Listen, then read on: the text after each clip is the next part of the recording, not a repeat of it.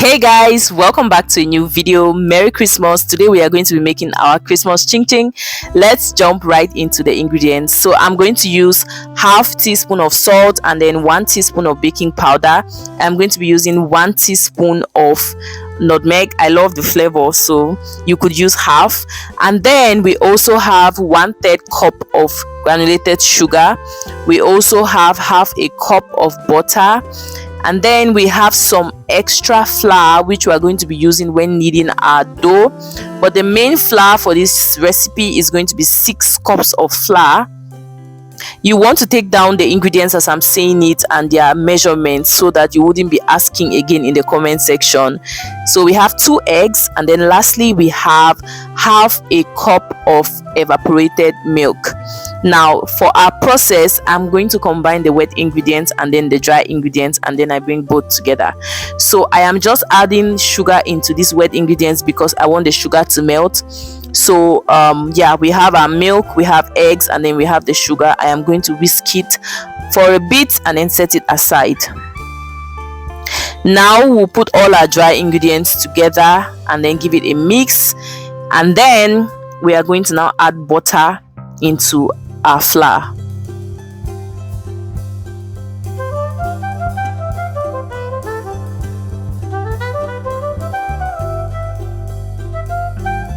Once you add your butter into the flour, you want to go ahead and mix it with your hands until it becomes like crumbs, like bread crumbs, like what you see on the screen. Once you get it to this level, you know that you've mixed it properly, and then you can go ahead now and combine slowly with the wet ingredients. So you put in the first batch of flour, then you mix, and then you put in the next, and then you mix.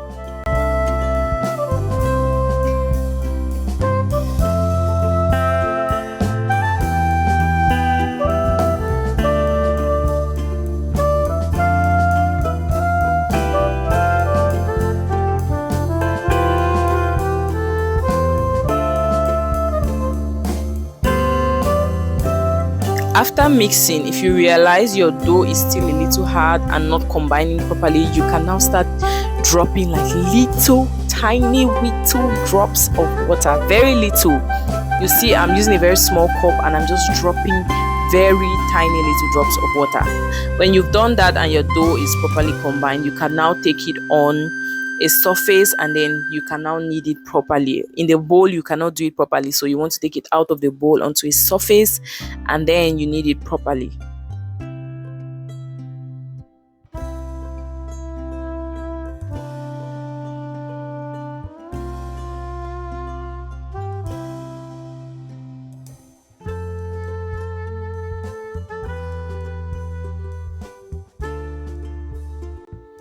Once you've done that, you can go ahead and start sectioning your dough into bits, and then you start rolling and cut your chin chin into whatever size, whatever shape you prefer. Now in another video I'm probably going to give you guys some tips when you make chin chin.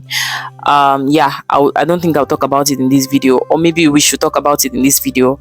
Okay, let's go ahead. So when you're making your chin chin, know that when you put it in oil as you're frying, it is going to shrink, as opposed to other doughs that when you put in oil they expand. But with chin chin, one thing I've realized is that whatever size you cut it is going to look smaller than you actually cut it. So you want to consider that when you're cutting your chin chin. If you have the machine, the pasta maker, or if you have a pizza cutter, I think it will do the job faster, but I'm pretty comfortable using my knife, especially when it's sharp. So this is how I like my chin chin. I do not like any other shape of chin chin, be it square, be it wrapped, be it, I don't like it. I admire, anyway, I think it's based on how I grew up seeing my mom make it, so I just like it this way. I like it slim and long like this. How do you prefer your chin chin?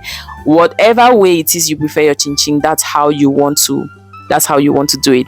Another tip I'm going to share with you guys is when you are frying your chin chin. Oh, let's talk about this. When you're about to layer out your chin chin on a tray, that's before you fry, ensure that you sprinkle some flour so that the chin chin doesn't stick to each other. Okay,